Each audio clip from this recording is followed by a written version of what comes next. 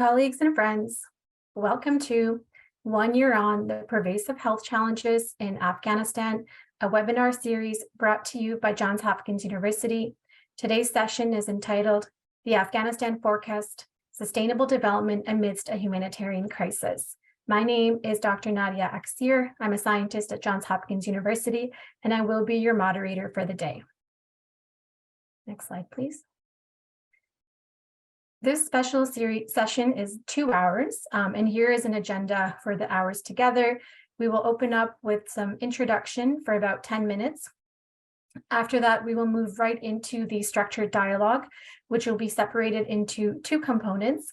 The first one will be 30 minutes, where we will ask each of the panelists a question about sustainable development amidst a humanitarian crisis in Afghanistan, the possibilities, challenges, and solutions.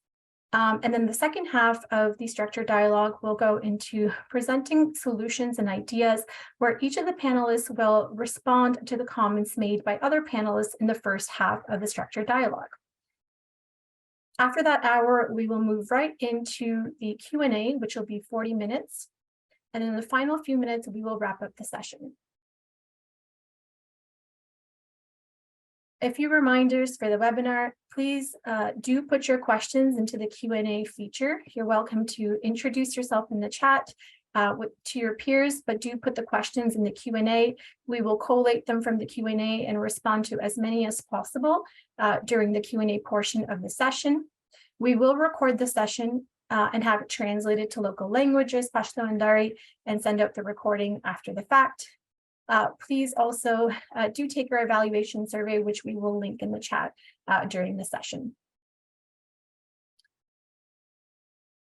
A little bit of background on sustainable development in Afghanistan.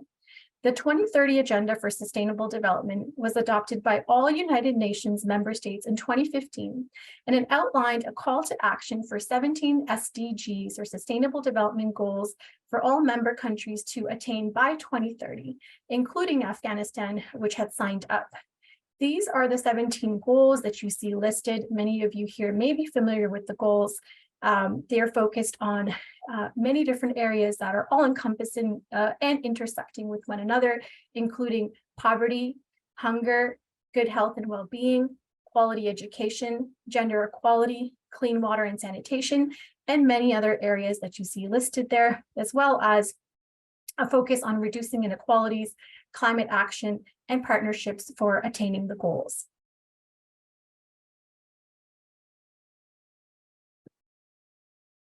Afghanistan also signed up to have an SDG plan in focus and had made several commitments and strides towards attaining the SDGs over the past few years. For instance, in 2017 and 2021, the country completed a voluntary national review of the SDGs at the high-level political forum with support from various UN entities. During this time, they nationalized the SDGs into 16 goals, excluding goal 14, which is focused on life underwater, since it was felt not relevant to the context. And the 16 goals resulted in 110 targets and 177 indicators. The country established a high-level executive committee and 4 subcommittees to oversee progress towards the SDGs and link SDGs to policy initiatives in the country, for instance, through the Afghanistan National Peace and Development Framework. The country also explored and implemented innovative costing and financing modeling for the SDGs. They developed a national monitoring framework and dashboard, and made several other commitments as well. I want to show you a few analyses that show how Afghanistan is doing with regards to the SDGs today. Here is one analysis that's been done by a group out of Cambridge. This is now outdated. I think the data is as recent as 2020. However, it shows that in many of these SDG areas, Afghanistan, even before the government change that happened in August 2021, the country was not making very good progress towards attaining many SDGs, but they were moving. So this is one analysis outdated, but we can go to the next one.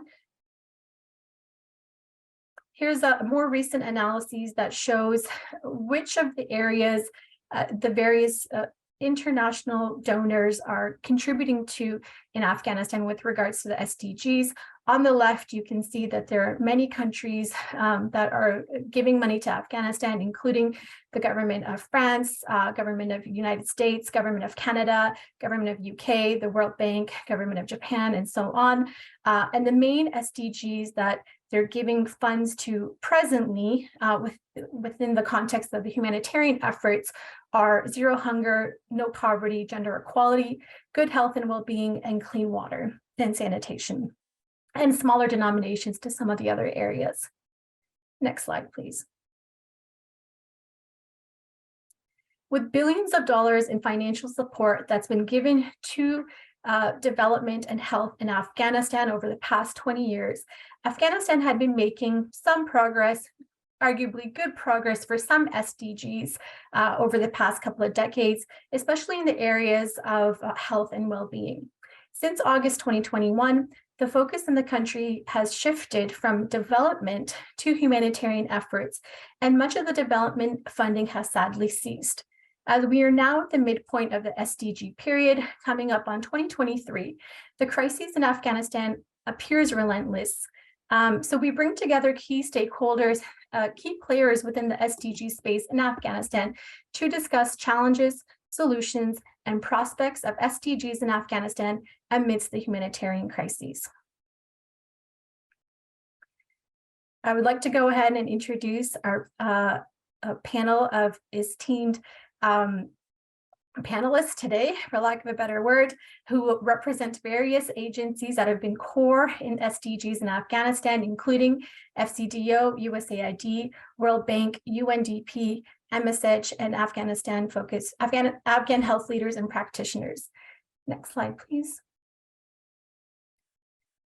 So first we have Dr. Kwolambata, who is a health advisor with the United Kingdom's Foreign Commonwealth and Development Office and has been focused on Afghanistan for over 2 years.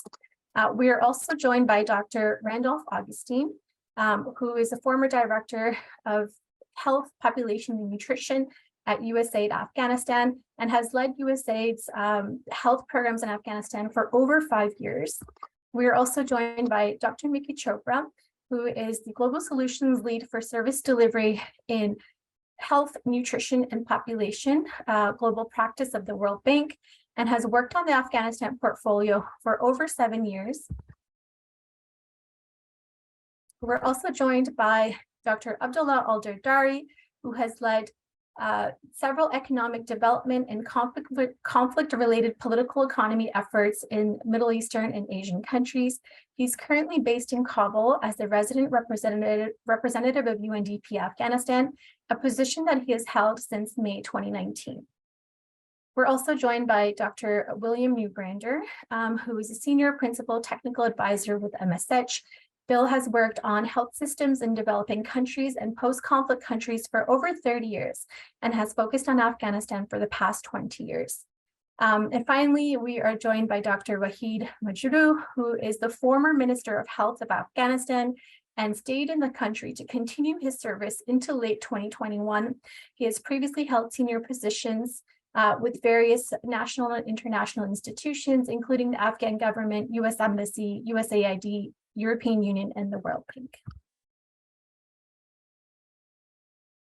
We're now going to move right into the structured dialogue part of the session. Just a few reminders before we start. The participant responses will be timed. We will put 5 minutes on the clock for each participant. You will see a timer that is pinned onto the screen, and it will ding when the time is up. And we will try to strictly adhere to the allotted times. Of course, panelists are welcome to continue finishing off their point, even if the timer rings on them. All right, let's go ahead and get started. So first off, we are going to hand the mic to Dr. Kwolambata, who is going to tell us a little bit about what he does at FCDO with regards to Afghanistan and what FCDO's SDG-related activities are presently, and then respond to the question that we have posed on the screen, which is sustainable development in Afghanistan possible amidst the humanitarian crisis? And what are the challenges and opportunities? Dr. Kwolambata, over to you. Thank you very much, Dr. Axia, and thank you to all the participants. So my name is Kwalombota. I'm with the Foreign Commonwealth and Development Office of the Government of the United Kingdom. We've been active in Afghanistan for a very long time. At the moment, we're focused a lot on humanitarian efforts. We've spent well over £180 million to the humanitarian efforts in the country, but also one of the largest contributors to the Afghanistan Reconstruction Trust Fund, which funds the Sehat Mandi and follow-up health programs. So we're very much focused on health, education, and the humanitarian sphere as well. So it's really timely to talk about my views on sustainable development and what I think is possible in the next few years for Afghanistan. I'll preface this by saying that the sheer scale of the humanitarian situation in the country will make it very difficult to have sustainable improvements. We've already seen the dire statistics. We've got more than 638 over 100,000 maternal mortality ratio. We've got 35 out of 1,000 live births that end in deaths. You've got a huge human resources for health crisis with only 3.5 physicians for more than 10,000 people. And the sheer scale of the humanitarian emergency that we have, with more than 24 million people displaced and in need of vital assistance, I think really brings into focus what can be possible in Afghanistan at the moment. So it's really thinking through all these policy areas and what can actually be done. The second point that I wanted to give was on the lack of international recognition of the de facto authorities. This makes medium-term planning very difficult. The situation is not conducive at the moment for long-term policy thinking. There's a restrictive policy environment regarding education and health. And all of this really play a huge role in what can be done to sustain development. The third point is on the collapse of the economy. This really continues to negatively impact basic services and making attainment of health outcomes and education outcomes very, very difficult. The nearly crippled economy, which has contracted by more than 20%, would really challenge us to have sustainable development in Afghanistan.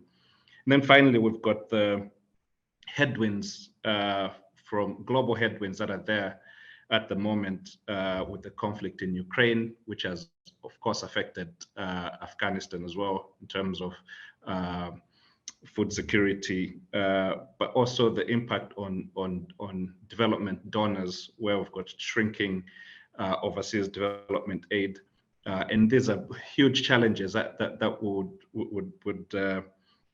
really make it difficult to have sustainable development.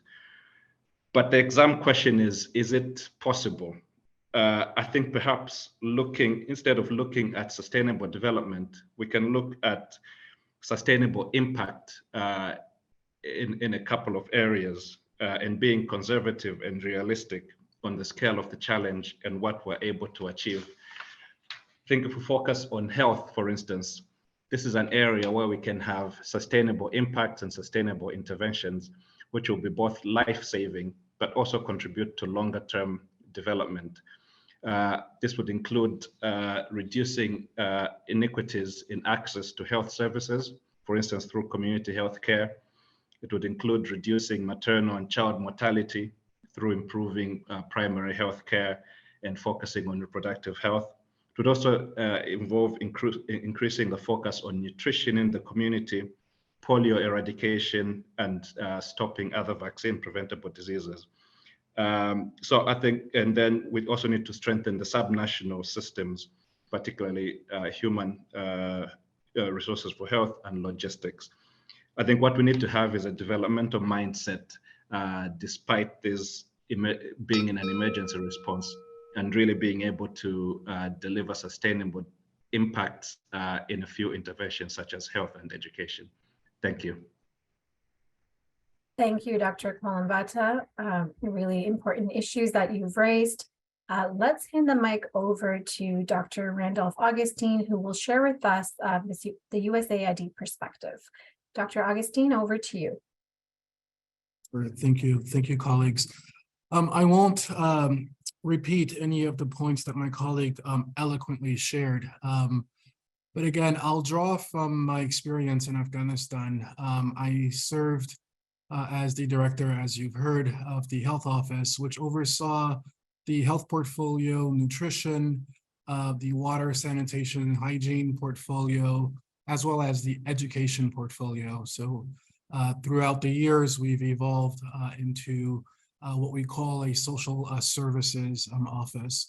And it's important to note that we renewed our program and reinvigorated our programs as soon as possible, again, as part of our enduring commitment to the people of Afghanistan. To the question about is sustainable development possible? I would say, as my colleague just highlighted, we may need to measure our expectations and how we define sustainable development, but I'd argue that key elements for sustainable development is not only possible, but it is imperative.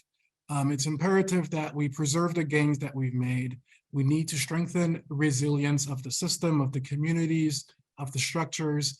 And what we as the USAID have also recognized, not only in Afghanistan, but through our global experience, that we need to sustain these key elements for longer-term sustainable development to mitigate the worsening of humanitarian crises. It's not sufficient to just respond to the humanitarian crisis.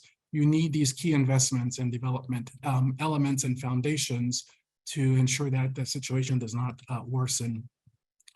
And what we've seen in such complex and what can only be described as protracted crises, the approach to programming is equally important as the content of programming. So the how we approach our assistance is important as the what we do.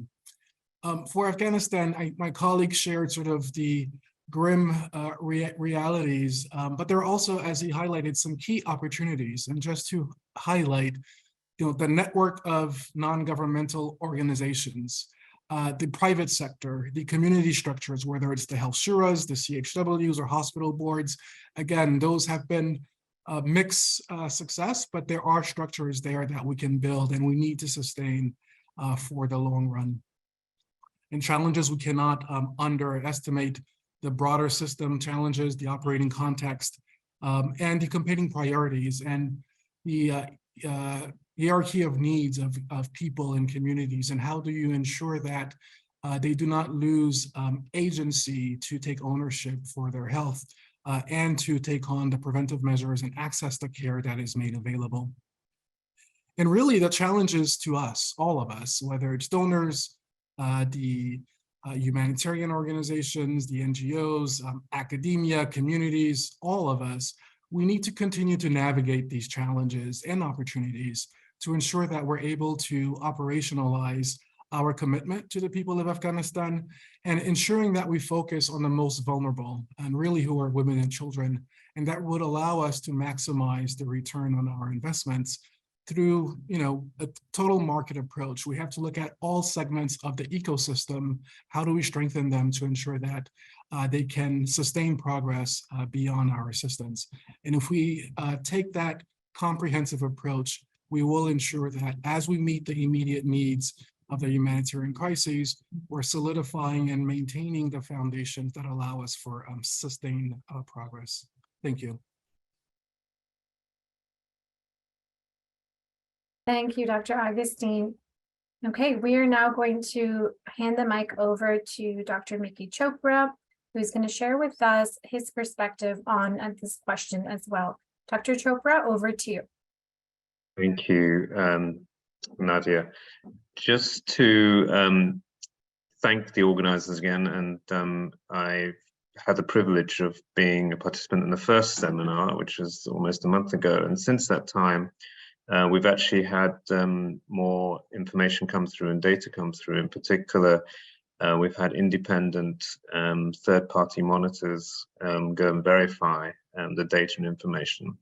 So what I thought I'd do today was to share with you some of the most recent data and sort of reflect on that in terms of what can it say to this question about is sustainable development possible amongst the challenges that we're facing and has been outlined. I don't know if you can show my slides. Yes, great. So this is data which is, as I said, been independently verified from the service providers, and it shows a pattern which is quite remarkable in many ways, that not only we've had the double crisis, as you know, in the health sector, first from COVID, which you can see in the dips in the June data from January, June in 2020, where then the system did rebound from that. But then also with the impact of the transition, where there was a very sharp fall, as you can imagine. But as you can see, the data up to June 2022 is that we're almost back to where we were before the transition, and it's still at higher levels than at the beginning of this period in 2019, before the pandemic. And the most recent field data, which hasn't been verified yet, is showing continuing improvements in coverage, and maybe we can discuss some of the reasons for that in the discussion Q&A section. But I just wanted to emphasize here then the point that development is possible, that the system, the health system in particular, has proven quite resilient. And as Dr. Kwalambota said, you know, and Randolph emphasized, part of it has got to be the fact that the system has been embedded within civil society and through the NGOs who are delivering these services, and that has proven to be working in the present context. Next slide, please. Nonetheless, you know, the crisis in many respects is a financial crisis as much as it is a social and political crisis. And this is particularly challenging for Afghanistan because the huge reliance throughout the last 20, 30 years of the sector, both on donor financing, but also out-of-pocket financing. And as you'll see in the graph below on the right, the GDP per capita has fallen quite sharply and basically wiped out the progress over the last, you know, that's been achieved over the last few years.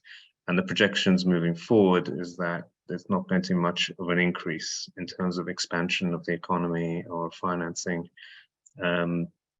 So this does, you know, pose huge challenges. On top of this, of course, you'll all be familiar with the dislocation due to the banking, the breakdown of the banking system. Still very challenging to get that back on its feet as well. So for all these reasons, we're going to continue to have to focus on what we can do to support Afghanistan moving forward, and also how to minimize the immiseration effects of healthcare and seeking healthcare as well. Next slide, please. This slide is emphasizing something which has been critical in Afghanistan and in nearly all countries, of course, is the foundational and essential investments that have to be made, and there's no development without development of women and girls and gender. And in this sense, we can't do this as a donor community or a civil society alone. It does require alignment and working together with the interim authorities. And so this is something that is of particular importance at this point in time, is you know, we have to all be working and going towards the same direction. And so the challenges that we're facing at the moment in terms of these broader political issues is critical challenge for whether we can achieve sustainable development or not. Next slide, please. So in summary, you know, at one level, there is good news to talk about in terms of how resilient the sector has been, that the services are still being provided and demand has not decreased, has increased, but there is access and utilization of these services. But there are serious roadblocks for both sustaining and further development. So whether we can sustain and further develop, I think particularly the economic and the political roadblocks are going to be critical to overcome if we're going to achieve sustainable development moving forward. So I'll stop there and look forward to the Q&A section as well. Thank you. Thank you, Mickey, and really promising to see the recent data coming out of Afghanistan. Okay, we are now going to hand the mic over to Dr. Abdullah Al-Dardari, who's going to share with us his perspectives on this question from the UNDP standpoint. Dr. Dardari, over to you. Thank you very much. In 2021, early 2021, UNDP has developed an SDG perspective and costing exercise where the main conclusion was that's before 15 August, Afghanistan can only achieve 26% of the SDGs by 2030. So the situation was not looking promising. And we did another scenario where we assumed an additional funding for development of $67 billion until 2030, and Afghanistan remains the maximum we could achieve would be 44% of the SDGs, which means if you look at the performance of the last 20 years, you have spending in the billions of dollars, you have sometimes very high GDP growth rates. However, poverty rates and unemployment rates kept going up. What we call the growth employment elasticity in Afghanistan was very, very weak. And in fact, notwithstanding the considerable improvements in the health sector in the last 20 years, we could not see the impact of that improvement, and I'm an economist, on labor productivity or on total factor productivity, which meant, by the way, TFP, total factor productivity in Afghanistan, was stuck at about 0.5% annually, which meant that no matter how much money you add in the economy, potentials of growth and inclusive growth especially were limited. Let's talk about inclusive a little bit. Our studies show clearly that 70% of Afghans have lived and still live outside the mainstream economic activities of the country. They live on subsistence survival, and their lot has not changed much, by the way, since 2001 until today. And the proof of that is that only 36% of Afghans are connected to the electricity grid. That also gives you an indicator of, that's a very good proxy of the exclusionary nature of the Afghan economy. What we need in order to deal with the humanitarian crisis is an economic transformation. You need an economy that creates 2 million jobs in the next 3 years. Now, this is a huge challenge. Why am I saying 2 million jobs? Our assessments clearly demonstrate that this is the minimum number of jobs we need in order to start reducing the humanitarian load in Afghanistan. There is also about 11 million Afghans who don't have any health services whatsoever.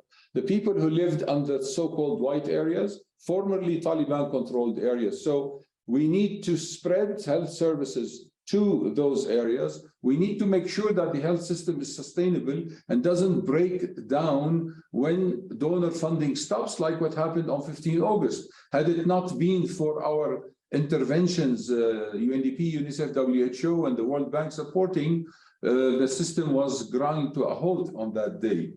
So we need to make sure that we have, in the current donor environment, we have a different approach to funding and financing, because we need innovative ways of financing for fiscal sustainability for the health sector, for example. It cannot continue as a sector that relies 100% on grant aid from abroad. So due to the interrelated natures of the nature of the SDGs, we need to make sure that what we propose in the humanitarian field is in sync with a development proposal for Afghanistan. I know development has become a bad word in Afghanistan recently, but the truth is, without development assistance that can create economic recovery, which could create jobs and ensure sustainability of health and educational systems, there is no way forward for Afghanistan. The humanitarian load increased from 20 million people in 2021 to 28 million people in 2023, where we are going now.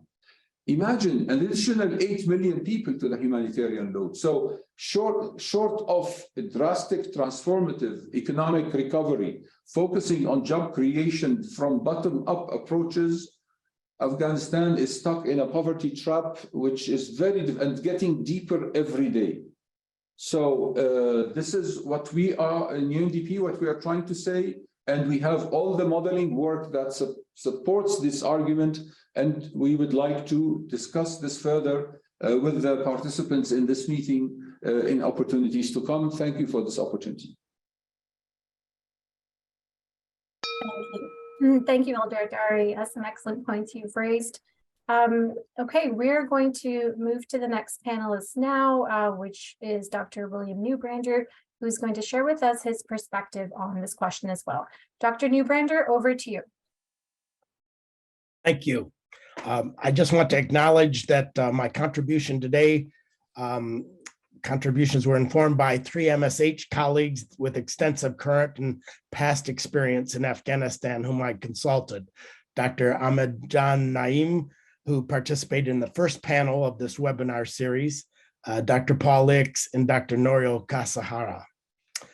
As to the sustainable development in health, the Afghan health system already has a foundation in the basic package of health services and the essential package of hospital services, BPHS and EPHS. These were developed in 2003 and refined several times thereafter. And they have, over these past 20 years, have had a tremendous impact on morbidity and mortality indicators, especially for mothers, infants, and children. BPHS and EPHS, for those not familiar, established the priority health services to be delivered by the health system. BPHS delineates the services that are to be provided by each type of primary health care facility and specifies the staff and number, equipment, diagnostic services, and essential drugs required to provide those services. EPHS does the same for secondary, district, and provincial hospitals and establish referral patterns among them. Hence, this foundation of BPHS and EPHS enabled health facilities and health workers to know what they were supposed to do to address the health situation in their communities. At the same time, BPHS and EPHS are not totally static, as they have always served as the medium for integrating new interventions and innovations within the health system. So this foundation of BPHS and EPHS provides a solid base to facilitate and enhance sustainability of the health system, even in the current challenging circumstances. One note to underscore this resilience of the BPHS and EPHS as foundations of the health system. I was in Kabul this year from June to August and was asked to do a quick assessment of the potential impact of some of the recent decrees on health-seeking behavior of individuals, families, and communities, especially for women. I used, much as what Mickey had presented, existing data from the HMIS to examine monthly usage of services utilized by primarily the females for 9 months prior to the changes in Afghanistan and 7 months following. That is from January 2021 to April 2022 for 7 provinces. The services examined were ANC, antenatal visits, institutional deliveries, Penta 3 vaccinations for children, child growth screening with weight monitoring of the under 2s, And TB treatment success rates were also included to see if there were any trends evident among services which included males. Results from the data demonstrated that there were only slight drop-offs in the services leading up to September 2021 in the provinces. But the services, for the most part, in almost all of the provinces, fully recovered to the previous levels by December and January of 2022. While this quick study was not conclusive, it was suggestive. I think one possible explanation of those recovery of those trends was that was the lack of dramatic changes in this service utilization, was the resilience of the health system. Same word that Mickey had used. People's behaviors continued even after the changes in the country. This would speak to the efforts over the past 20 years to build a sound and sustainable health system in Afghanistan. The result of a sound foundation is usage and behaviors continue even when there are major political and environmental disruptions. So such a foundation of BPHS and EPHS bodes well for continued. You are muted.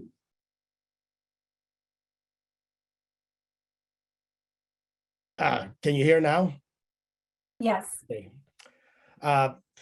I'll just present three current challenges facing Afghanistan's health system. One is real dire one is the lack of medicines and health facilities for the most part at the present time.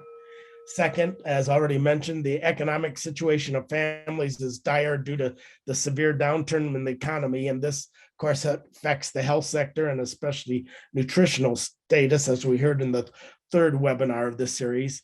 And the third possible concern is that because the UN agencies and donors have had to do workarounds of parallel structures to operate with MOPH due to political constraints, there's the risk that could end up developing fragmented or even parallel structures in the health system. So I think that's one of the challenges in the coming days. Thank you. Thank you, Dr. Newbrander. Okay, we are now going to hand the mic over to Dr. Wahid Majroux, who is going to share with us his perspective on this question. Dr. Majroux, over to you. Assalamu alaikum. Thank you very much, Nadia. Just as part of our culture, I thank you, the organizers, the distinguished panelists, and honorable and respected participants, as well as those who will watch the discussion. I would like to take this opportunity to admire and appreciate the efforts, contribution, and the ideas shaped by our international partners for the last 2 decades, but specifically at this critical moment. I thank you all on behalf of my people in the health sector. Nadia, we are in a new context.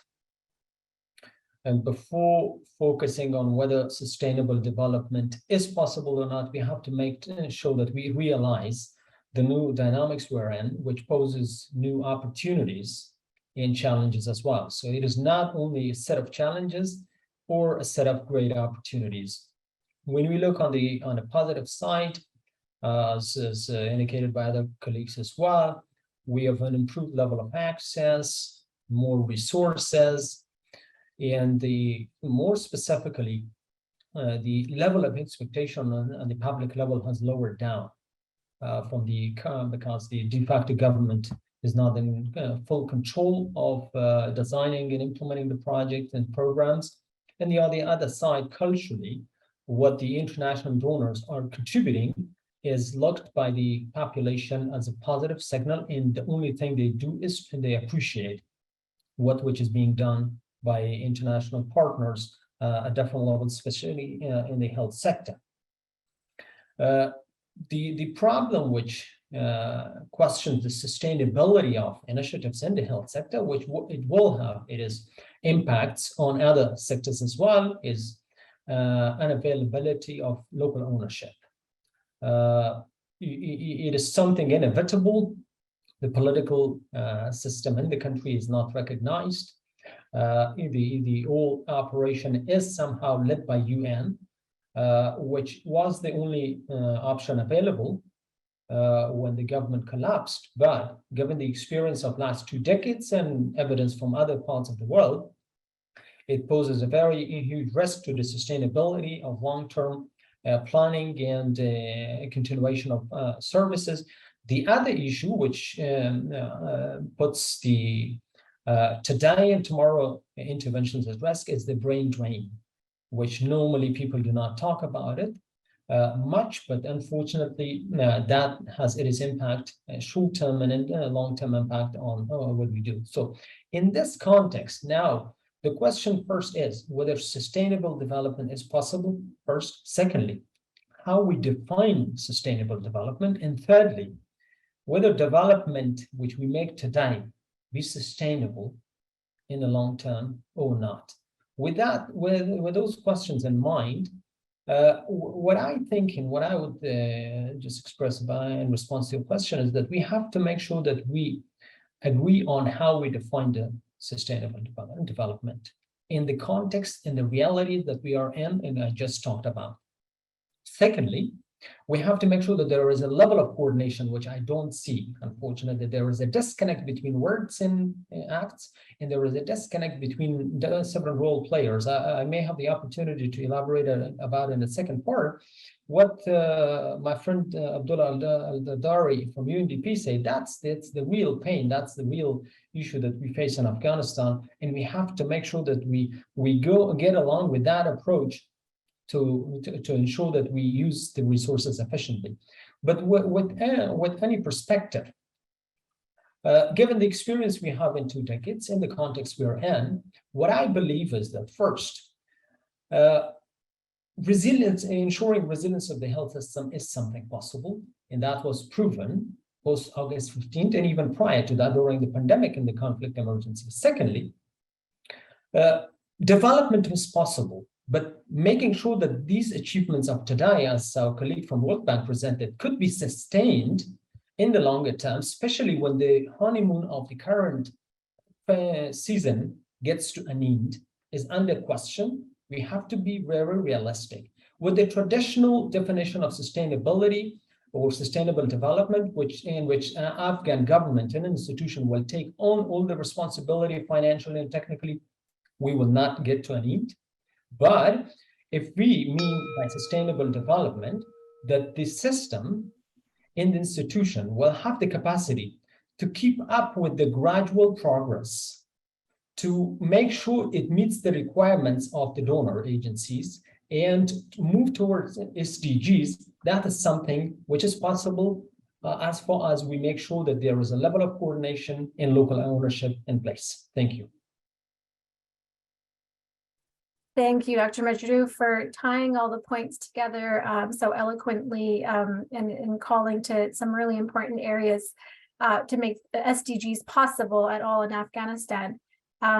So that concludes our first half of the structured dialogue, where each of the panelists share their perspectives in answer to this question. In the second half, we are going to go back to the panelists and put 5 minutes on the clock for each panelist to respond to some of the challenges that were raised by their colleagues with solutions. So with the lens of solutions in mind, these are the various challenges that the panelists have raised, just quickly summarized here for you.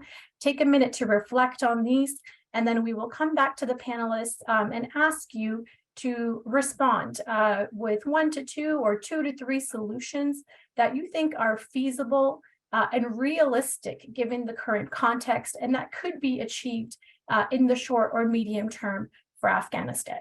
So we will give you a few seconds to reflect on this and then move right into handing the mic back to panelists. And so I will summarize quickly the issues that were raised.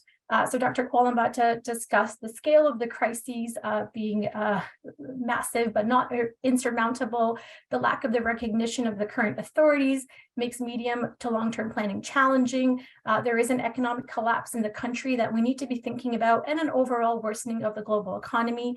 Dr. Augustine mentioned that the broader system is really important, and the operating context within which these various public institutions operate in Afghanistan and ensuring that those are actually enabling success for the country are critical. There are also competing priorities that Afghanistan is thinking about, and there's a hierarchy of needs to consider as well.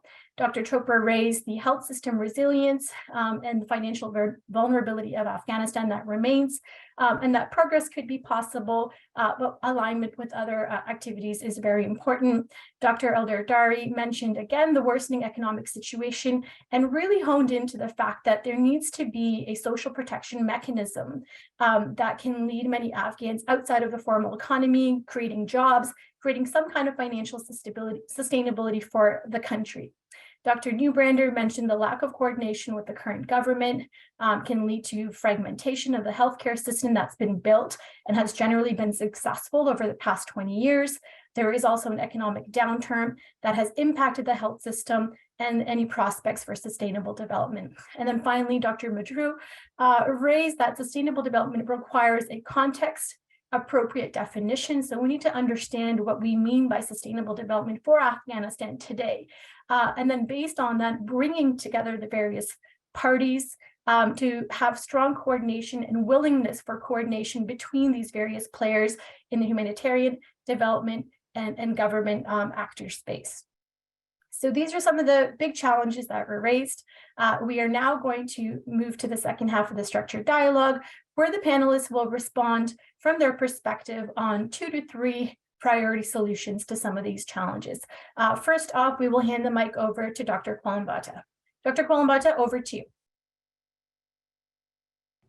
Thank you very much. I think one of the common threads throughout the discussion is the economy and the policy environment. And so I'll try and hone in into this, and maybe I'll sort of talk very briefly about how we could measure sustainable development in Afghanistan.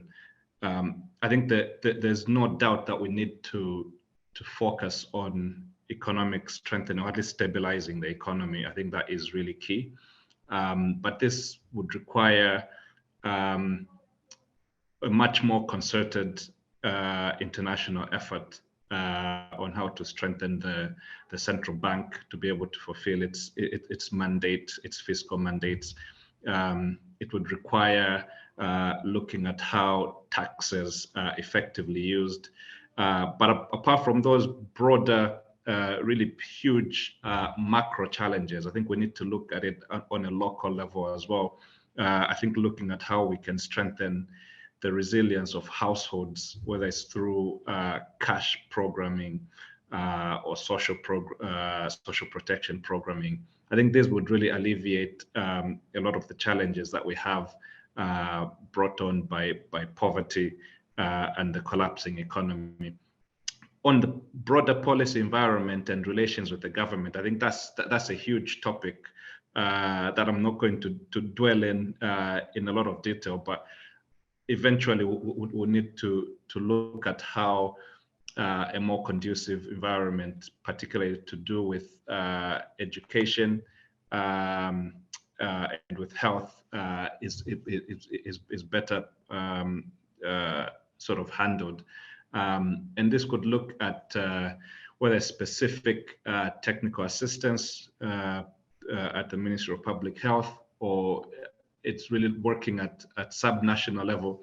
Again, the challenges on this are quite immense, and it's very difficult to sort of pick out, 2 or 3 that can be done, and it will require a broader international consensus and cooperation from the de facto authorities as well. I'll talk very briefly on sort of sustainable development itself, and what sort of solutions we can look at. In my view, sustainable development that covers all the areas as we know traditionally know in development is really difficult to achieve. And so focusing on key areas, I think the healthcare sector has shown to be really resilient. As Mickey had shown, there was a dip and then it's come up again. So if we invest a bit more in the health systems, but not just the health systems, looking at how we can increase coverage of health services to reach sort of the underserved areas, how we can hone on making sure that women and girls thrive within Afghanistan, and how we can ensure that children are not dying from malnutrition. I think there's really I want to say small interventions, but this would have a lasting impact, both in health, but in the economy as well. For me, if we really hone into those long-lasting impacts, and this would do with in health, like I said, maternal health, reproductive health, and child health, but in education as well. We really need to start looking at how, if we are looking at sustainable development, how we then support the education system, ensure that girls are able to go back to school, look into supporting primary education and secondary education, as well as sort of postgraduate or in-service training. I think these are some of the solutions on how we can get to sustainable development in Afghanistan. It's not an easy task because of the sheer scale that we have, but if we focus on key interventions in health and education, we'll be a quarter of the way there. Thank you. Thank you, Dr. Kwambatia. We will now hand the mic over to Dr. Augustine, who will respond to this question as well. Dr. Augustine, over to you. All right, thank you. And let me pick up where my colleague just left off. I think the first thing I would offer is we really need to make hard choices. I think, again, the scale and the magnitude of the needs and the challenges, hard choices need to be made to ensure that we focus and concentrate, to ensure that we can get meaningful impact. And again, we have the tools. We know the lens, whether it's through equity, efficiency, or the 80-20 principles, recognizing that we cannot do it all, and we need to ensure that our investments and our energies are concentrated where we can get maximum impact. And that's hard to do, especially where you have such great need. The other piece I would offer is, again, recognizing the deteriorating economy. It would be a failure to assume that the private sector does not offer any solutions. I think as we look at all of this, the entire health ecosystem and the processes and the tools and the innovation, finding ways to harness the private sector's, for lack of a better word, their ability to respond to the changes and the market forces and to innovate is important, because again, there are key elements there that we can support, and we can see the returns on those investments in the long run. The last piece I would highlight, as I think a lot of other speakers have noted, is the importance of layering our programming, understanding that it's equally important to look at the social determinants for health. So while we need to invest in the systems for long-term impact, we have to recognize that we need to have the education, we need to have water, we need to have housing, all of the key elements that really is going to impact health outcomes for the communities that we need to serve have to be looked and factored into sort of this equation of how do we get maximum impact with limited resources in a very challenging environment. And I left Afghanistan, the portfolio back in September, and we started discussions around the next phase of our involvement as a donor community. And I hope our colleagues from UNDP or the World Bank or others may speak to this, to highlight how we've started the process of thinking, how do we maximize our investments going forward? Thank you. Thank you, Dr. Augustine. Okay, we will now hand the mic over to Dr. Miki Chopra, who will also respond to this question. Dr. Chopra, over to you. Yeah, thanks. And to pick up from Randolph, and we miss you greatly, both of you and Dr. Kwalamborta. Yes, so I think the point I wanted to come across was the really critical and central role that health can play in not just health development, but overall development in Afghanistan at this particular point in time, because it is the one sector where we have had success in continuing services and not expanding services. And as it was mentioned, it's something that's tangible, and the interim authority are seeing it, the communities are seeing it. And so I think we do have a really central responsibility, if you like, to see, can we use this to not just maximize health gains for women and children, but also use it as a leading edge for other sectors. So, for example, exactly the private sector and the economy is not going to get back on its feet until there is a thriving private sector in Afghanistan. And so how can we use these health resources and health program to resuscitate and support the private sector, not just the NGO non-state sector in terms of NGOs, but also, for example, on procurement of drugs, potentially on waste management, other ancillary services that could be used to get the private sector up on its feet again.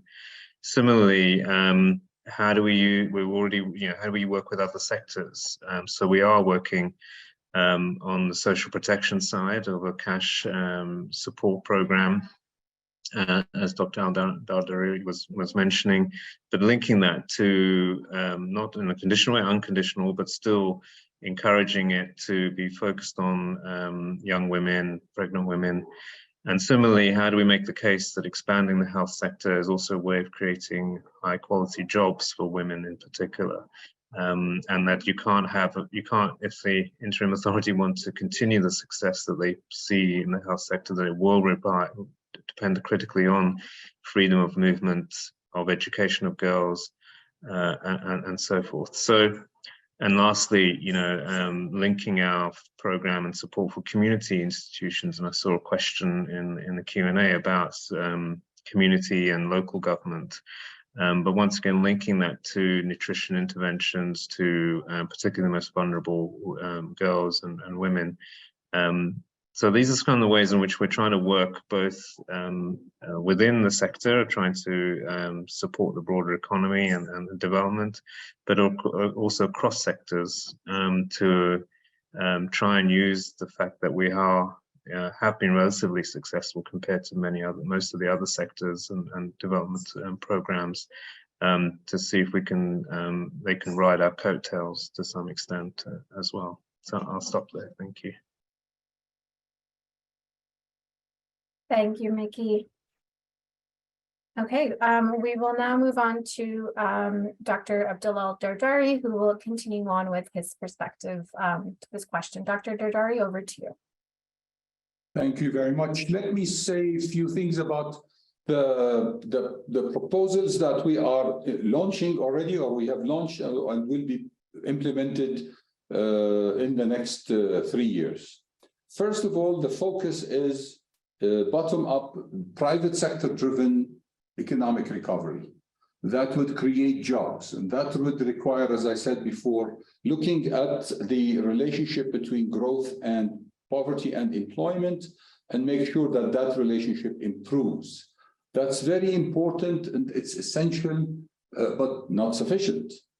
Even if we manage to create the 2 million jobs, the health services at the moment are resilient but not comprehensive, and they are not sustainable in the sense they still rely 100% on foreign funding. So we will be looking with WHO and UNFPA. We are already designing a program to provide basic and essential health services in the so-called white areas for about 10, 11 million Afghans. And at the same time, look at health systems, health economics, health fiscal outlooks, and what type of innovative financing we can bring into that system. And the third area we are considering and planning is, in fact, a comprehensive social protection scheme where we provide access to, cash, unconditional cash payment to probably every adult female in Afghanistan. And this will ensure that we have a safety net, but also all these efforts that we are doing, we are investing large amounts of money in reviving SMEs and so on. We just helped 34,000 Afghan women-owned enterprises to be revived and start working again, but we need to create the demand in the economy. It is not enough just to revive the production. We need to revive the demand. So these are the three priorities we believe are needed immediately. We are launching programs in all these areas. We would love to launch these programs along with our donor partners and with the World Bank, with whom we have an excellent working relationship with Afghanistan. I'd like to stress again that the solution, if we want to move, is to change the interrelationship between the SDGs, is to change the relationship between growth and employment and poverty, is to look at the role of improved health in achieving the economic growth targets and vice versa. How does economic growth lead to improvement in the health system and its fiscal sustainability? These are some of the things that we are considering and launching these days. So it's what we call trickle-up economics. It's bottom-up implementation. It is creating jobs in order to achieve growth rather than achieving top-down growth in order to create jobs. But all of that is related to health and education because, as I said before, and this is something that we really need to focus on, labor productivity remains low. By the way, female labor productivity in Afghanistan is higher than male labor productivity at the same level of education. So focusing on the gender aspect and focusing on labor productivity through improved health and education are essential to ensuring sustainable development.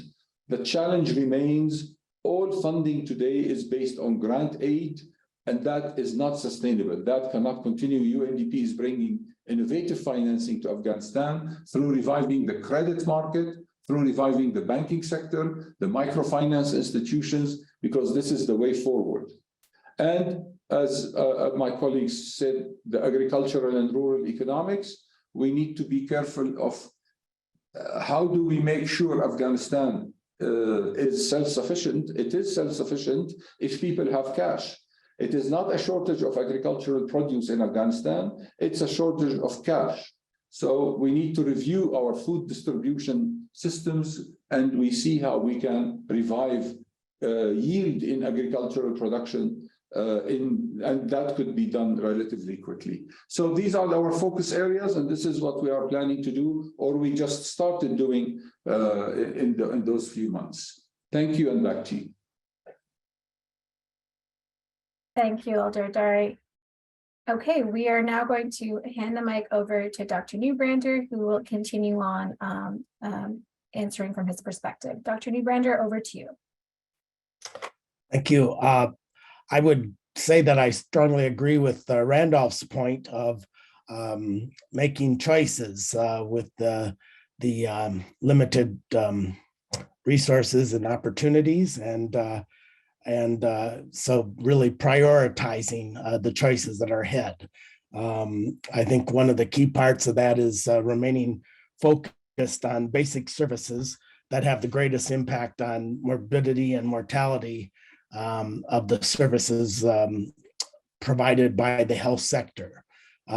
This is going to be very important as the donors and as well as in consultation with the Ministry of Public Health are in the midst of developing the health sector transitional strategy for the next 3 years, for 2023 to 2025. And that will be one of the key elements, is prioritizing the opportunities. I think with regard to that, sometimes we often think solutions are some sort of earth-quaking innovation or something. Atul Gawande, founder of the Ariadne Labs, identified innovations as being two types. First is the breakthrough innovations, which is what we usually think of, such as a new vaccine to deal with a disease or debilitating condition. But the second one he identified was follow-through innovations, which is basically figuring out how to deploy known best practices and existing technologies to achieve improved results. And I think so that's being clever in how we use the existing resources and bring about implementation of the changes that are needed. I think one other factor that within the health sector that is needed is the whole issue of improving the quality of services. That has always been in most health systems a key issue, is the quality of health services. But I highlight it now, especially in the sense that with the events of 2021, a number of Afghans left the country, and that included a number of health workers in that. So there's a need for those that remain and to improve their skills and the quality of those services. And I think, as was also mentioned, then the opportunities to ensure that we don't lose female health workers because of other constraints that and the training of female health workers. So I think those would be the primary ones that I would highlight as far as prioritizing, seeking ways to improve with what we already have, and then thirdly, ways for simple quality improvement by working with existing health workers that are especially in the rural areas. Thank you. Thank you, Dr. Newbrander. Okay, and we will now hand the mic over to Dr. Majrooh, who will continue along and share his perspective. Dr. Majrooh, over to you. Thank you. Thank you very much for posing this question. I have few solutions and few recommendations in the context of the current situation and the ideas I heard from our humanitarian development partners. The first point is that we have to realize the importance, significance of the interconnectedness of different role players and factors affecting the health achievements and operation in the country. Which has harmed the achievements of or the continuation of sustainability of last 2 decades gain is the unavailability of the connection between humanitarian development nexus, or the efforts being done. A clear example here, which I do respect and I appreciate everybody's role, is that when you look at the health sector transition strategy and what you hear from the UNDP, I appreciate and I commend the inclusive and realistic approach of UNDP. This is how we have to look. We have to make sure that we see the big picture and how it interrelates with the health sector, which has been the only hope of service delivery for people at rural areas. That connection is lost. We have to make sure that we revitalize this part. Secondly, when it comes to service delivery, the package is not responsive to the health needs of people.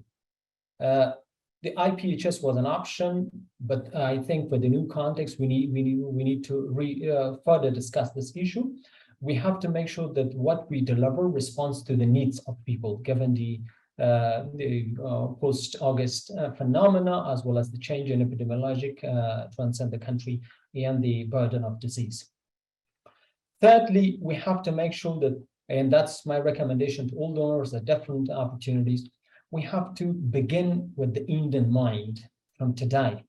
At the end of this phase, you will hand over everything back to Afghans. But if there is no ownership, if there is no Afghan perspective officially included, then the blame game of 2020 will resurge, unfortunately. Due to lack of recognition of local institutions, as well as the brain drain, there has been a disconnect. Just as an offer, a voluntarily offer, we here at Afghanistan Center for Health and Peace Studies would be more than happy to reconnect the Afghan diaspora, professionals in health sector, with our international donors in Afghanistan, and that will be a completely voluntarily cooperation. We have to make sure we are all in the honeymoon phase, given it be Afghan de facto institutions or donors, the level of contribution of donor countries, the level of attention, and the lower expectation of people, which is suppressed now, will not continue for long. So if we do not take advantage of this opportunity, we will replicate the failures that we made during last phase of humanitarian in 2001 to 2008. Good or bad, that's a reality that Afghan health system is evacuated due to the brain drain. We have to make sure that we include all partners, given it be the international donors, the local capacities, the private sector, in the diaspora. What I recommend is not exclude Afghan human capital with a stamp of being Republican staff member or others. Unfortunately, that's seen in some parts. The next point is we have to make sure we focus on this financial sustainability. Which damaged the system in August 2020 was the financial sustainability. We have to make sure we take step, given the new context of rule of law, the income sources for health sector, given it the tax mark taxing, or the insurance, and any other solutions which is context oriented. Because as I said, the way UN is leading the programs is effective today, but very costly when it comes to be delivered by Afghans in the longer term. But the last but not the least, let's not make the same mistakes of the year 2000. We have to set realistic expectations toward Afghans and its partners to make sure that we are able to achieve those expectations, not to define something, the very flowery picture that we will not be able to achieve it.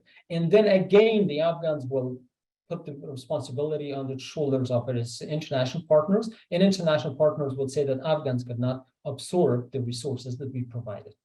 In any means, I thank you all for organizing this event, and I thank the participants in the international partners for contributing to the better hold of health of my people. Tashakkur. Thank you, Dr. Majido. And thank you all panelists for those important insights that you've raised. It's really been eye-opening, to say the least. Thank you so much. And thank you to the audience for putting questions in the chat. We will now move on to the Q&A portion of the session. I would like to open this up first off with a question that I think is sort of burning on everyone's mind. And I would like to pose it to Dr. Chopra. Which is what's the latest in the health and development sector strategies, the latest conversations that are ongoing for Afghanistan. We've heard a bit about a health sector transition framework that is being planned. Can you tell us what the latest conversations in that space are? Thank you, and apologies, my video is broken, stopped working. So yes, so as yes, we have the health sector transition strategy being finalized. We've got the first draft on after comments, and hopefully many of you would have seen that and contributed to making comments. It's been accompanied by the work that you've been leading, Dr. Nadia, around the research priorities as well. And so that's an important process that's been led by WHO and other partners to focus on the priorities for the next 2 to 3 years. And it touches on many of the points that have been raised in this conversation around prioritization of the packages, reformulation potentially of the EPHS and BPHS. It touches on the and speaks to the need to expand to the so-called white areas. It also then does have a discussion around financing.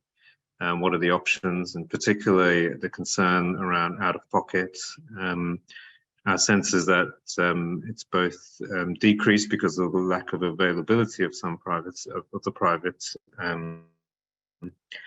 but also because of increased poverty, most importantly. So, how do we make sure that that further services are made continue to be free at the point of use?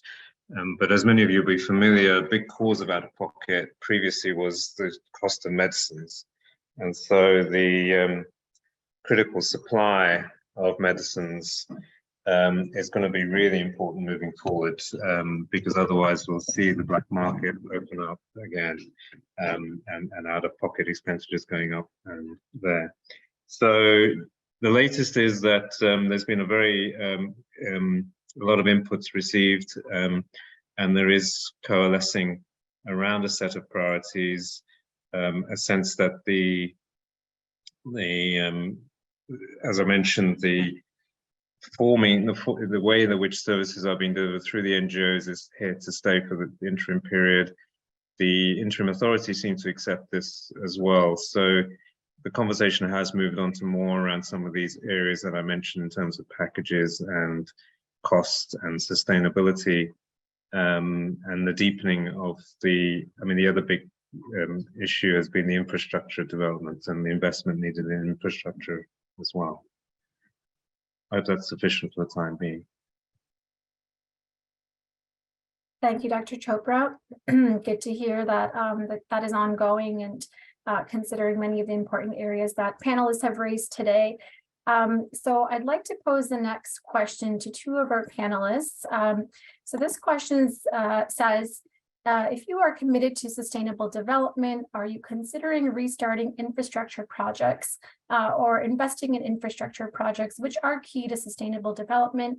This refers to both social infrastructures such as schools and clinics, as well as economic infrastructure yielding development such as roads, dams, electricity, and so on. So this question is to Dr. Kolombota and to Dr. Augustine. Dr. Kolombota, if you would like to go first, I'll pass the mic over to you. Great, thanks, Nadia. I guess for us, in terms of infrastructure per se, things like dams and roads, that is still not very high on our agenda. We are focusing on immediate life-saving interventions through the humanitarian sphere, but also in health and in education. So I think to an extent there could be investment in what in the question was called social infrastructure, in terms of renovating clinics or renovating hospitals and renovating schools. But we do not see us moving into larger scale infrastructure projects similar to what we had before the fall of Kabul anytime soon. And we do realize that the key to this is more stabilizing the macroeconomic policies, and once those are stabilized, that's when we'll be able to move more into sort of traditional infrastructure projects. But the short answer is that we do not foresee moving into large scale sort of roads, dams, and sort of those types of infrastructure projects, but more working on schools and hospitals. That would be the extent that would go in terms of infrastructure. Thanks. Thank you, Dr. Kolombota. Dr. Augustine, over to you. Or to add, similar to our FCDO colleagues, we don't foresee major investments in infrastructure as an agency. Two things. One, our focus remains on meeting basic needs and the systems to support that. And the other piece, I'd argue, is that infrastructure work has not been our comparative advantage as an agency. So we look forward to, as the environment allows, to partner and leverage other partners to support such investments. In the past, where we have made major investments, whether it's for power or water or roads, it's always been a partnership of USG, private sector, government, and other elements. Given the level of resources, those levels of investments usually require that we do not bear that on our own. So again, as we look at what are the basic needs that we can support, what's our comparative advantage, infrastructure work would not be part of that for USAID. Over. Thank you, Dr. Augustine. My next question here is for Dr. Eldardari. So it's a long question here, but I will try to summarize.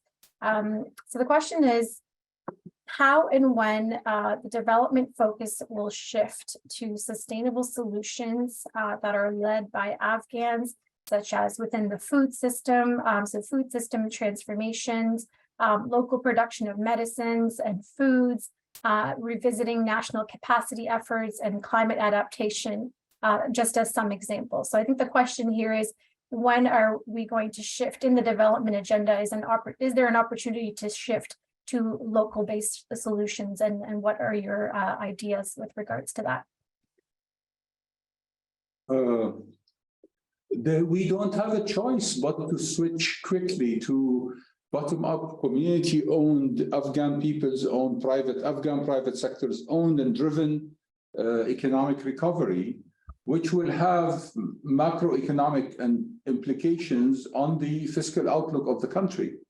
Only then we can talk about sustainability of the health system and the education system. That is very important. We have already started that extensive work. This year, UNDP alone spent about $200 million working with the communities, through the communities, and for the communities, created about 600,000 job opportunities. So, but that's not enough. We need much more. We need much more involvement of the communities. We need much more funding at this stage. But I have to stress, the funding that we are seeking at this stage should be designed in a way that we will no longer require such levels of funding in the coming few years. We know that the pre-15 August funding levels are not coming back. And we need to be innovative in the way we bring finance. So we move from funding to financing of Afghanistan's sustainable development. I would like to maybe stress what Dr. Majrouh mentioned. It is very important to look at the priorities within the health sector, but it's also very important to look at the priorities from a global perspective, meaning from a comprehensive Afghan perspective, and see where are the interlinkages between the 17 SDGs and how we can invest $1 in one of those SDGs with a maximum impact across the 17. So it's very important that we have this global view and to build all the necessary tools for doing so. This is what UNDP have been doing anyway. And in order to bring the Afghans to make decisions on this point. Now, a community level and bottom-up approach to recovery gives the Afghans the power to decide, gives them the power to monitor and evaluate, and also gives them the power to make us accountable for the achievement towards their future and the future of their children. I am personally not pessimistic about Afghanistan. Afghanistan, however, needs a different way from the past. If we are going to try to repeat the past 20 years, we will be falling in the same traps we fell before. Comprehensive global vision of where the country is going, interrelated sectoral programs linking to economic recovery and sustainability is the way forward, and Afghans should be leading. I drove across Afghanistan in the last 12 months, everywhere. Since 15 August until today, I covered the country driving. Every single person I met, including the poorest of the poor, they said, please, we need a job. We don't need a food box. How do we move along that way while preserving the humanitarian needs of the people is the biggest challenge, but also the biggest opportunity Afghanistan is facing. I hope I answered your question. Back to you. Thank you, Elder. Very excellent response. My next question here is for Dr. Neubrander. So the question is, how are the healthcare worker salaries, commodities, and facilities being funded under the current government? And I think related to that, are there certain parts of the Sahat-Mandi package that are currently underfunded or falling apart in the current context? I'll just make a couple comments. I think Mickey and Dr. Augustine are better placed to mention those, but the donors are using both, of course, the Afghan Reconstruction Trust Fund, as well as working through the UN agencies of UNICEF and WHO in particular, as far as working with the NGOs that are the service providers in the provinces. And so their funding is going through those sort of mechanisms to target it, to be able to have those contracts that they have had. And I think, as I recall, I think that funding is available through December 2023. Beyond that, I'm not aware of what will be the next steps, and I don't know if those have been determined yet. But I would say probably Mickey and Dr. Augustine are better placed to give specific comments on the actual funding and the future of that in the coming years. Thank you, Dr. Neubrander. Mickey and Randolph, would you like to add anything?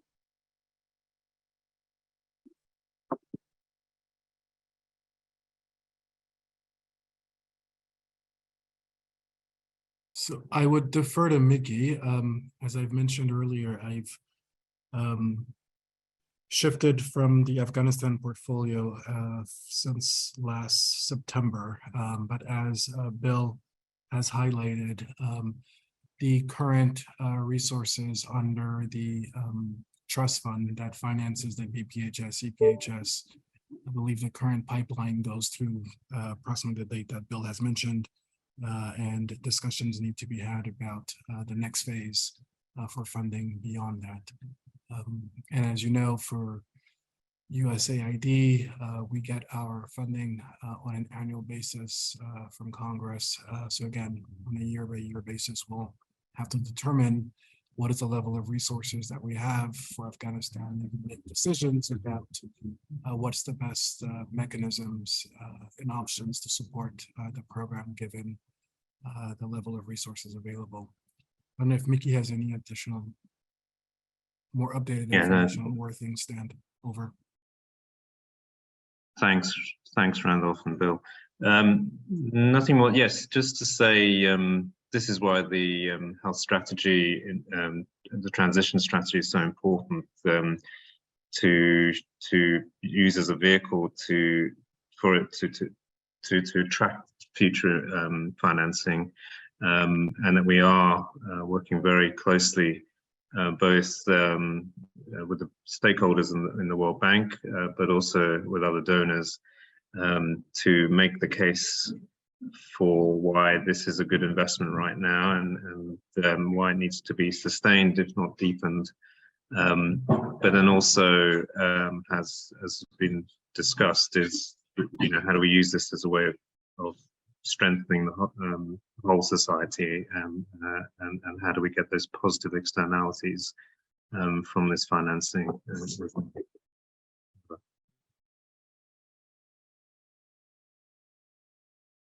Okay, thank you, colleagues. The next question that I have here is for Dr. Majrou. Dr. Majrou, the question is, what possibilities exist to negotiate with the de facto authorities to allow for an education pipeline for girls in order to ensure the next generation of female healthcare workers? And what efforts are underway to address this? Thank you. I think that's one of the most significant issues. When we talk about the big picture or the context where the health sector operates, it is not only financial or technical, but more importantly, it is the political context where the health sector is to operate and to ensure its sustainability. If the political role players at the global level and regional level and the influence they have on the de facto institution is not used to ensure with the same topic of focusing on sustainable development, the financial contribution made and the efforts undertaken by humanitarian development partners will be wasted. That is a simple response. Because the way, as an example, the health sector at all in the central offices and provincial offices as part of that is depleted from the human capital, presents a disastrous situation, unfortunately. Based on the reports I had last week, the last mid-level manager was also kicked out. And it is not a concern if the former people are kicked out of the system, as far as they're replaced by competent replacements.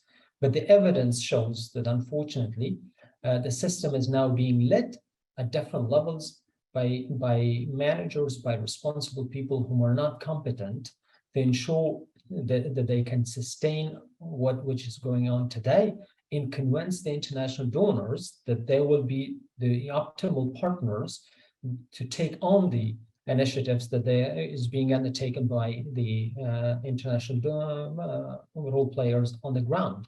That is one of the main factors, that the reason I say that we have to make sure that we are realistic.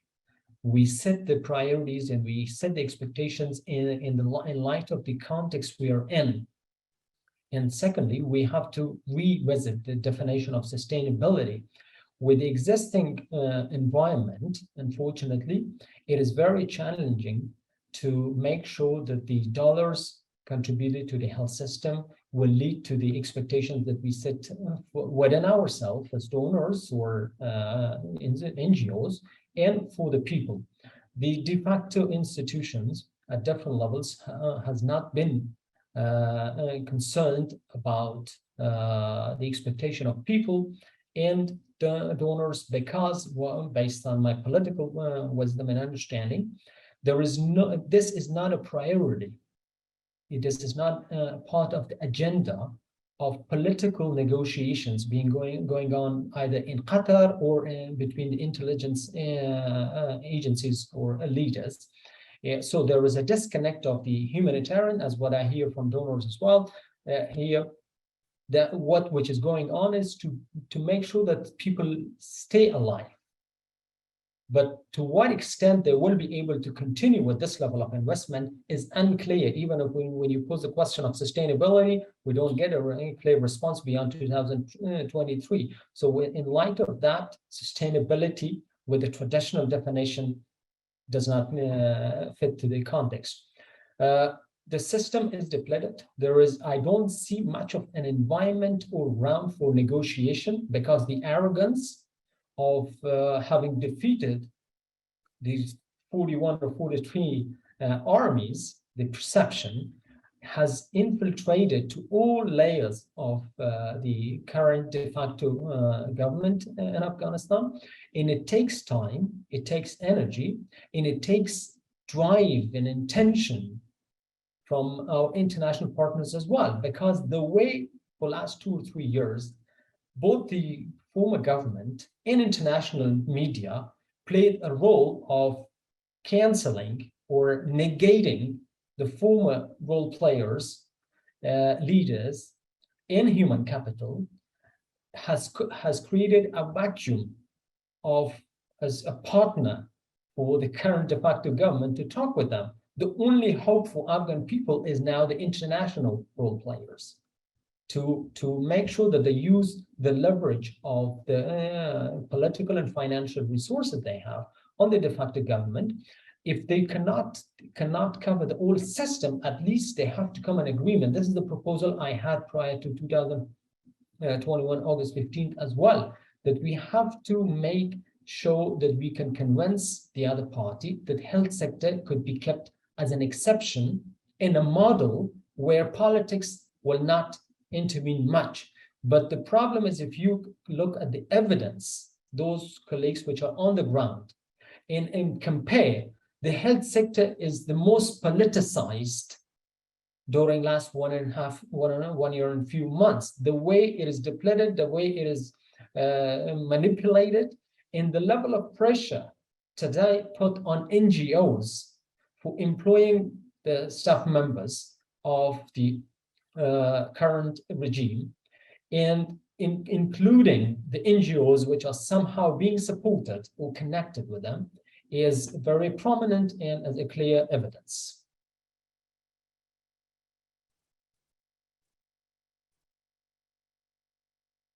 Thank you, Dr. Majro.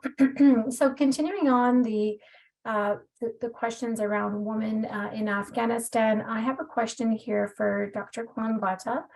So the question is, give me a second. Okay, so the Taliban have obvious rules around women in society, including their roles in the workforce and in schooling. Is there a certain red line for donors in providing financial aid, given the various rulings around women in the country? Thank you very much. That's a really tricky question. We do not have red lines per se, but what we do strongly advocate, even in our discussions with the de facto authorities, is to maintain women's rights. We believe girls have to go to school. We believe that women have to still play a productive role in society. They should be free to go and work, and they should be free to contribute to the economy and to society as a whole. What we are trying to do is really work with our international partners to get further a consolidated approach to women and girls, where there's protection for women's rights, and women are still able to contribute, particularly in the health sector. We've had minimal success, or some success at least, in the health sector, in that a lot of nurses, midwives, and physicians, women physicians, are still able to work in the health sector. But this is not enough. I think, as the previous question that was posed, if we do not have girls still going to school and training the next generation of health workers, in 10 years' time, we're going to be in a very, very difficult situation in Afghanistan. So we do realize the importance of women's rights, and work in making sure that women are still able to access educational opportunities. And this is something that will continue pushing for as an international community and as a UK government.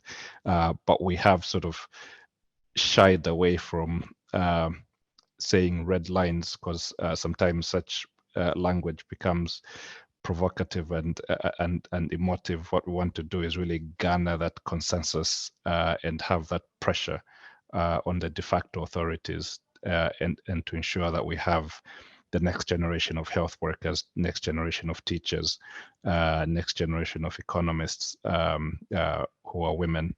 So that's the approach that we're taking at the moment. Thank you. Thank you, Dr. Kalambata, for that really powerful response. My next question here is for Dr. Augustine.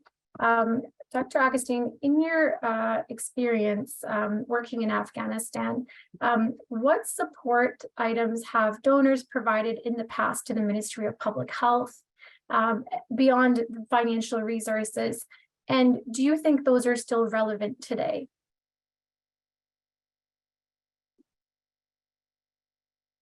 Some interesting questions. The first thing that comes to mind is, the policies that have been developed, the BPHS, the packages, the guiding documents that are still in practice, that are still being used, while we, as I think colleagues have mentioned earlier, we continuously revise, revisit, update these guiding documents. I think that's long-standing investments that are important. On the system piece, the one that really comes to mind is the information system, right? It's establishing the HMIS that's developed into the DHIS. And again, these are critical elements that, we started these investments back in 2003 or so. The short-term return on those investments may not be obvious early on, but you do see the lasting impact and the effect of having such a system where we are able to have the data, for instance, the analysis that Mickey shared earlier. And this is also the system that is built for the disease surveillance system. So continuing to establish and strengthen these core building blocks and the foundations of a health system are critical investments that have been made in the past that continue to bear fruit. And these are the essential elements that, as we look at sort of how do we meet the basic immediate needs, we ensure that such systems can be maintained and sustained and evolve with the context and the needs. And I think it's important that we make sure that we continue to look beyond the immediate needs and invest in these what we like to call back office functions and these systems to ensure that again, we can have a system that's resilient and that is adaptable and nimble as the needs evolve. Thank you. Thank you, Dr. Augustine. My next question is for Dr. Chopra. Dr. Chopra, we have heard today about the private sector just a little bit. So just continuing on with that line of thought, the question here is, here's the question now. The private healthcare system has significant expertise and equipment. What has happened to this since the change in government, and can these resources be leveraged for the benefit of the larger population? Yeah, good question. We are not exactly sure what's happened to the private providers, medical providers, to be frank, as we haven't been doing any systematic surveys currently, as far as I'm aware, that I've seen any data from. We suspect that one of the reasons why we've had the increase in utilization of the public sector, at least the ones that we are funding, is not just because of the better availability of the services, but also because of the poverty levels increasing, people are sort of coming to the public instead of the private. So we suspect that the private providers have been hit by the economic, downturn. It would sound almost inevitable.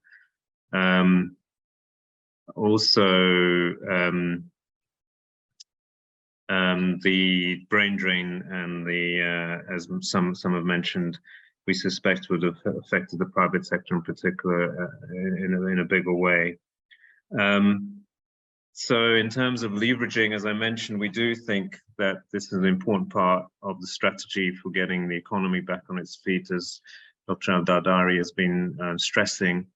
How we can do that in a way in which we get value for money and equity and quality is a big challenge, but nonetheless is a big opportunity to address this issue perhaps in a new way. So we are discussing with our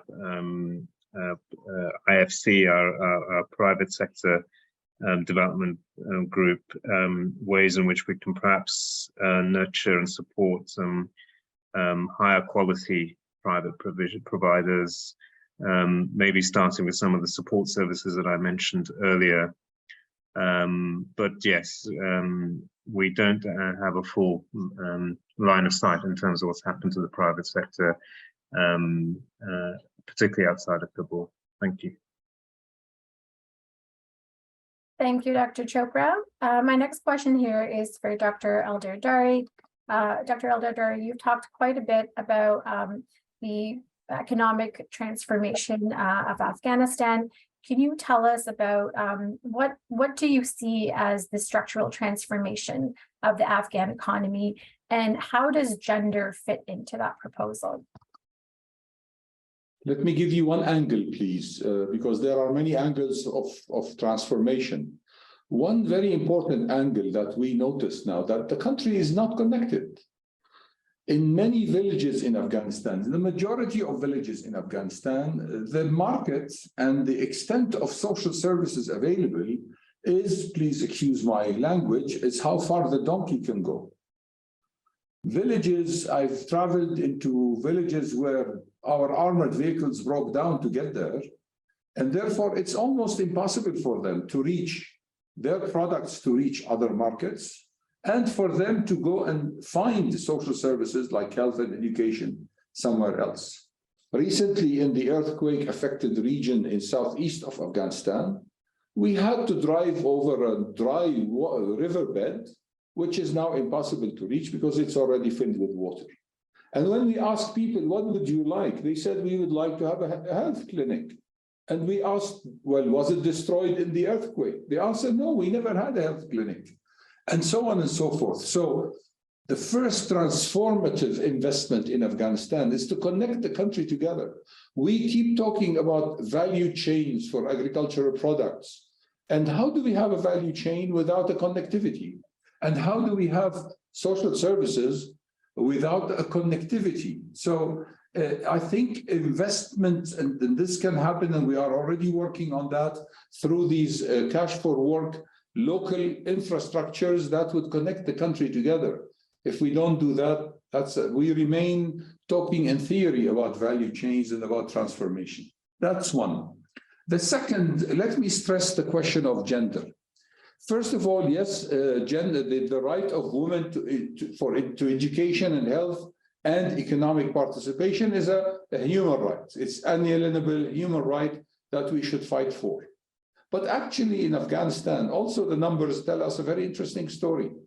When women role in the labor force participation dropped, the cost of that drop in the last 12 months only was between $600 million to $1 billion. This is very considerable. And we really need to know that out of the 500,000 enterprises that consist, the Afghan economy consists of, there are about 54,000 women-owned enterprises, let alone the women who work for the other 450. So it's very important that we focus on these women-owned enterprises as a pillar of economic recovery. This will give women not just incomes, but it will give them voice. It will give them agency in this newly shaped political economy of Afghanistan, where women are not supposed to be visible. So that is a very important investment. And again, I'd like to stress the linkages between education, health, and economic transformation. Those three things are completely interrelated. All our studies show that's very strong interrelationship. So gender is, as I said, not just a question of human rights. It is a question of human rights, but it is also a question of economics. There is no recovery for Afghanistan. And I need to stress that. There is no recovery for Afghanistan without full female participation as entrepreneurs and as workers, let alone also the education sector and the health sector.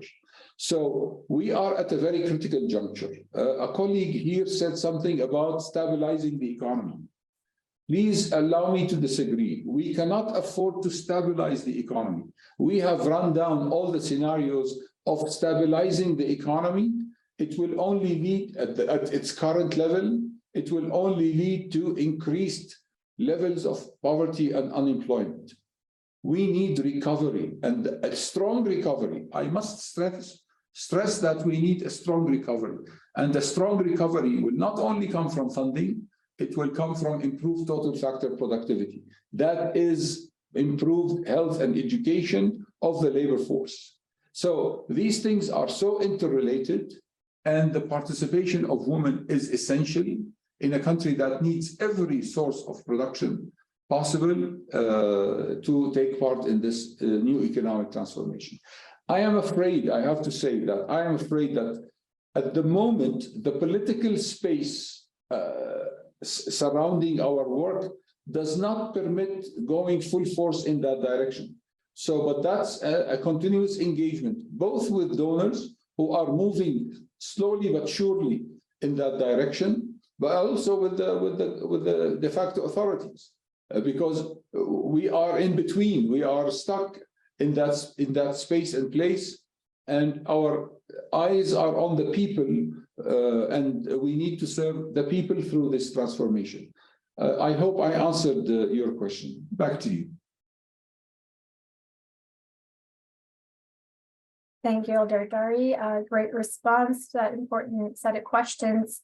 My next question here is for Dr. Neubrander. So Dr. Neubrander, the question is,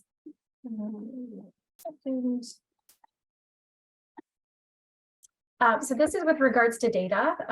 We haven't yet had a chance to talk about data yet. We know data is so important for understanding the picture of what's going on, for benchmarking gains, and for tracking progress.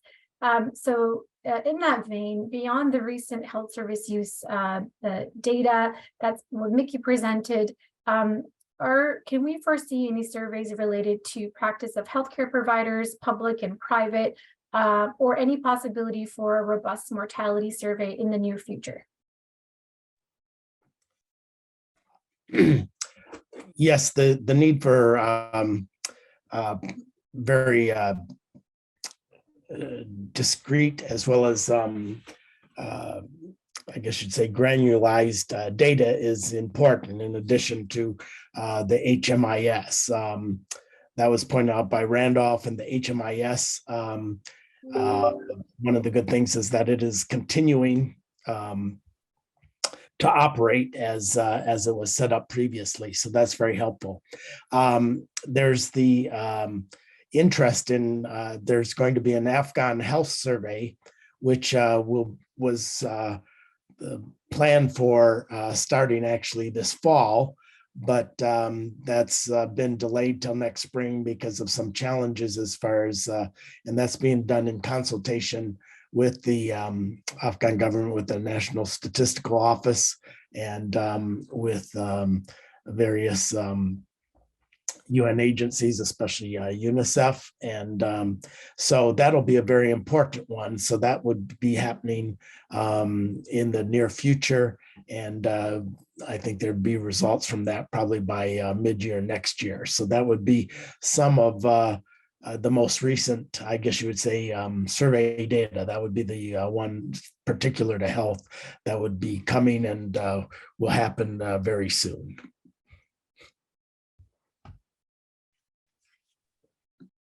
Thank you, Dr. Neubrander.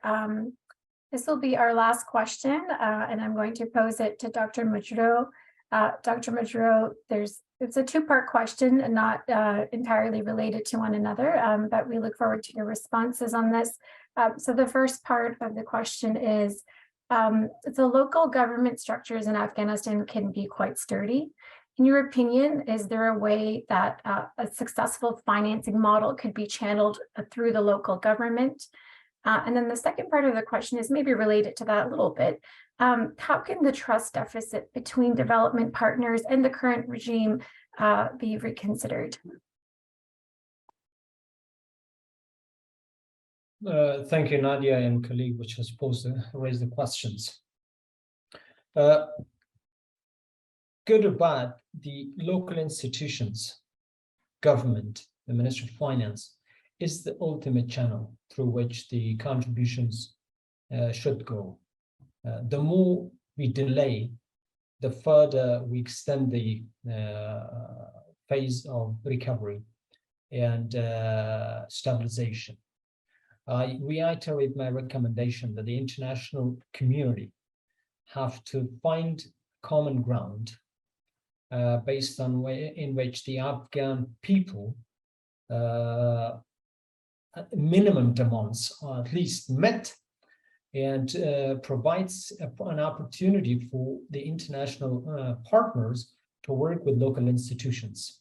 In August last year, we thought that it will take them a few months, but unfortunately, it is now more than 14 to 15 months that they have been working, but they haven't found this common ground till date. And the further we go, the cooler the environment gets, and that poses several threats. First, as I say, the honeymoon of humanitarian contributions will come to an end. Donor fatigue will raise voices, as we experienced in the past as well. The local institutions will completely get disconnected with the way they were, the capacity they had to work with the international partners. It'll take them another 5 or 10 years to get used to working with the international agencies. And in the longer term, the ownership and the sustainability and the cost effectiveness of interventions is a point of concern. So local government institutional capacity was improving during the Republic regime. It was meeting to a great extent the expectation of international partners. And as you may remember, most of responsibilities and financial contributions were transferred to the local institutions. Brain drain has affected it negatively. That's the part that I talked about it in my previous intervention as well. But the trust deficit, it is not only about the trust deficit between the local de facto authority or international partners and even national partners as well. For the first 6 months, people were not talking about it due to several reasons. They were testing, they were afraid, and now the more we go further, more voices will raise. Local institutions, the private sector, the international NGOs are complaining, and they're receiving pressure, they're receiving requests, they're receiving orders which are not in line with the project objectives, the institution's missions and values. So the message is that the deficit is expanding, unfortunately. Unless the international community, especially those working with the de facto government on political agendas, take into account the concerns of the humanitarian and development agencies, as well as the Afghan local institutions. UNDP is talking about private sector and women-led institutions, and these are the two entities which are looked as the private sector is looked as a milking cow, and the female part is unfortunately not just provided the rights they deserve and the capacity they have. So with that, and those two issues taken into account, I'm not pessimistic, but given the level of contribution and hope created in the new context with the opportunities available, given the security, the access, our international partners drive to villages, and the way we elaborated positively reminds me of 2001 or 2002. We have to be realistic that in 2001, 2, 3, 4, 5, the Republic was just grooming very well, and everybody was surprised with the spikes we had in the indicators. Then we have the scenario of 2013 beyond and up to 2020. With that lens in mind, I'm very, very careful the way I analyze and judge the achievements we have today. If we continue in the development in the humanitarian, we don't have anything in development.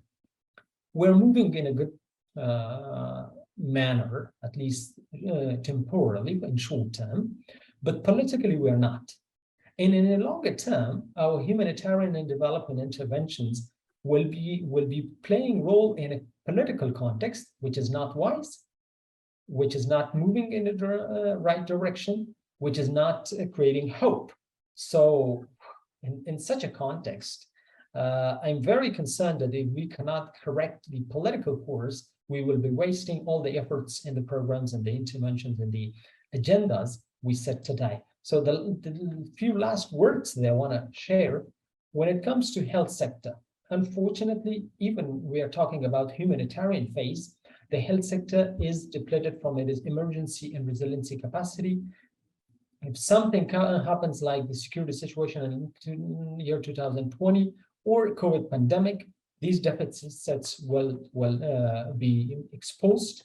That's first. Secondly, let's avoid over promising to people and to international donors. We have to find a common ground where we can include the local institutions. Otherwise, the cost-wise or technical-wise, it will be very difficult to sustain the initiatives that is taken on by the UN and other partners. The last but not the least, I recall and call on our partners that there is an opportunity for them to leverage the Afghan human capital now in the context of diaspora. Before we witness a huge disconnect, that it would be difficult to reconnect them with the system. I thank you all. Thank you, Dr. Majudo, for those great words, final words of wisdom. I would like to thank all the panelists for their time today and the excellent discussion. Thank you so much. It's really been enlightening and powerful conversation, and we hope we can take some of these ideas forward for the betterment of the Afghan people and Afghan society. Thank you to all the attendees for joining and the excellent questions that you've raised. Apologies if we didn't get to all your questions, but we hope that you found the discussion and the Q&A enlightening as well. Thank you to the organizing committee, Sama and Brittany, for helping us set this up.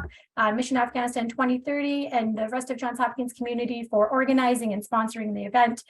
Just another note, we will email out the session recording, so feel free to send it out in your networks when it comes out. And please do take our evaluation survey so we can continue to improve these webinars for the future. Thank you all once again, and I wish you the best the rest of your day. And thank you again to all panelists. Take care. Thank you very much. Thank you. Bye. Thanks, everyone.